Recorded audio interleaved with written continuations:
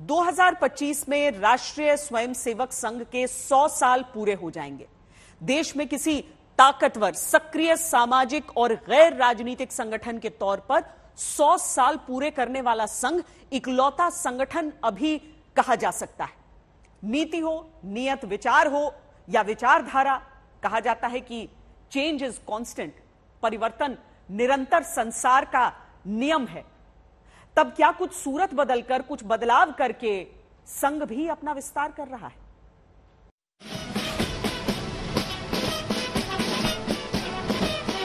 स्वागत, प्रणाम। 27 सितंबर 1925 को विजयादशमी के दिन ही शुरू हुए राष्ट्रीय स्वयंसेवक संघ को रूढ़िवादी, सांप्रदायिक, विभाजनकारी, मुस्लिम विरोधी समेत तमाम खांचों में विरोधियों ने पिछले 97 साल में बांटा है। लेकिन 2025 में 100 साल का होने जा रहा संघ अपने भीतर बदलाव ला रहा है। अगर हाँ तो क्यों? इस सवाल की 3 तस्वीरें आपके सामने रखते हैं।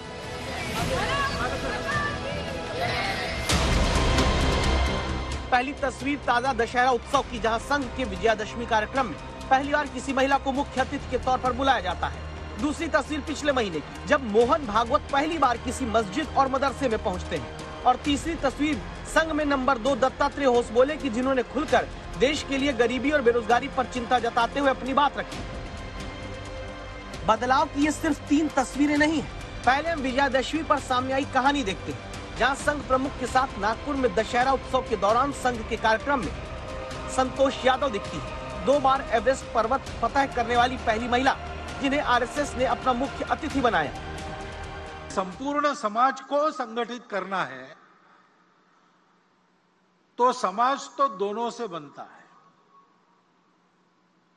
हमारे यहां ये दृष्टि है, पुरुष श्रेष्ठ की महिला श्रेष्ठ, ऐसा वाद हम नहीं करते, क्योंकि हम ये जानते हैं कि दोनों के बिना समाज नहीं बनता, दोनों के बिना सृष्टि नहीं होती। ये दोनों परस्पर पूरक है। ये हमारी भारतीय दृष्टि है। दोनों का काम है और दोनों का काम परस्पर पूरक है। इसलिए व्यक्ति निर्माण का काम करने वाली शाखाएं तो संघ की अलग, राष्ट्र सेविका समिति की अलग, महिलाओं के लिए उनकी चलती है, पुरुषों के लिए हमारी चलती है। लेकिन समाज के बाकी सारे कामों में पुरुष महिला एकत्र मिलकर काम करते हैं। यह चलते आ रहा है। राहुल गांधी ने पिछले साल आरएसएस पर निशाना साधते हुए संघ को महिला विरोधी कहा था। हालांकि सच ये कि 1936 में आरएसएस की महिला विंग राष्ट्र सेविका समिति की स्थापना हुई, जिसमें 1 लाख से ज्यादा महिलाएं जुड़ी हैं। संघ के तमाम कार्यक्रमों और शिविरों में महिलाओं ने पहले अध्यक्षता भी की है। लेकिन आरएसएस के 6 उत्सव में से एक प्रमुख विजयादशमी के कार्यक्रम में पहली बार महिला मुख्य अतिथि पहुंचती हैं। हमने उनकी सक्रियता के दायरे को सीमित कर दिया और बाद में जो विदेशी आक्रमण हुए, उन आक्रमणों की परिस्थिति में उनकी सुरक्षा के नाम पर इस बंधन को एक वैधता प्रदान हुई। आक्रमण की परिस्थिति चली गई, लेकिन बंधन हमने कायम रखे, उनको कभी मुक्त नहीं किया। उनको जगत जननी मानना ठीक है, लेकिन इसका मतलब उनको पूजा घर में हम बंद करके रखें, बाहर ना आने दे, ये ठीक नहीं है। एक तो उनको जगत जननी मान के पूजा घर में बंद करते, अथवा द्वितीय दर्जे का मानकर घर में बंद करके रख देते। ये दोनों अतिवादिताओं को छोड़कर मातृशक्ति को सशक्त बनाना, प्रबुद्ध बनाना, उनको बराबरी के अधिकार से सार्वजनिक कार्यों में, परिवार के कार्यों में सर्वत्र निर्णय की स्वतंत्रता और निर्णय में बराबरी की साझेदारी देते हुए सक्रिय करना, इसकी आवश्यकता है। बदलाव सिर्फ संघ में महिलाओं को और सक्रियता से समाज में आगे लाने की कोशिश करने वाला ही नहीं दिखता, बल्कि 2 हफ्ते पहले की बात है। तस्वीरें देखिए, जब संघ प्रमुख मोहन भागवत पहली बार किसी मस्जिद और मदरसे में पहुंचे। मस्जिद में इमाम ऑर्गेनाइजेशन के प्रमुख से बातें की, मदरसे में मौलाना और छात्राओं से बात मोहन भागवत ने की। ऐसा क्यों किया गया? इस बदलाव की कहानी कुछ यूं सामने आई। लोग डरा दे, अरे संघ वाले मारेंगे, और ये हिंदू संगठन होगा ना तो सबको बाहर जाना पड़ेगा।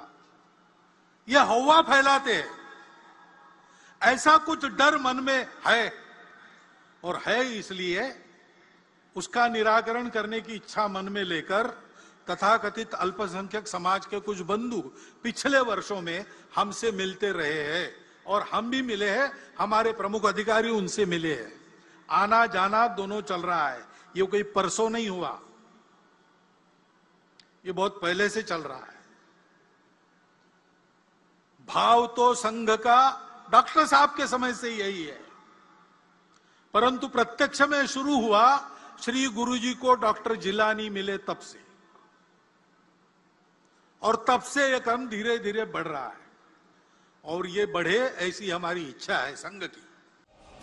संघ प्रमुख लगातार इस बात को कह रहे हैं कि हम अभी नहीं बदल रहे, लेकिन क्या ये बदलता रूप नहीं जहां संघ कहता है कि जिन्हें हिंदू राष्ट्र में हिंदू शब्द से तकलीफ है उनसे संघ को तकलीफ नहीं, हिंदू की जगह भारतीय भी कहें तो कोई दिक्कत नहीं, अर्थ एक है। हम किसी का विरोध नहीं करते, सर्वेशाम अविरोध चलता है। लोग हैं जो इसी को मानते लेकिन इसको हिंदू कहने से कतराते या डरते हैं या विरोध भी करते हैं, नहीं चाहिए ये शब्द। लेकिन आशा यही है, हमको कोई कष्ट नहीं है उसका, हमारा उनके साथ कोई झगड़ा नहीं है। भारतीय शब्द का उपयोग करते, इंडिक शब्द का उपयोग करते, चलता है, अर्थ वही है। हम अपनी स्पष्टता के लिए इस शब्द पर पक्के रहेंगे, इसका उपयोग करेंगे। देश में जब काशी के बाद जगह जगह मस्जिदों में मंदिर और शिवलिंग कई हिंदुवादी संगठनों की तरफ से खोजे जाने लगे, तब मोहन भागवत ने ही आगे आकर कहा था कि हर जगह शिवलिंग खोजा जाना सही नहीं। अब मस्जिद मदरसे में मुलाकात से लेकर महिलाओं को सशक्त करके समाज में आगे लाने वाली बड़ी कोशिश, 100 साल के होने जा रहे संघ में बदलाव की आहट उन्हीं मोड़ों पर आ रही है जहां विपक्ष आरएसएस पर निशाना साधता रहा है।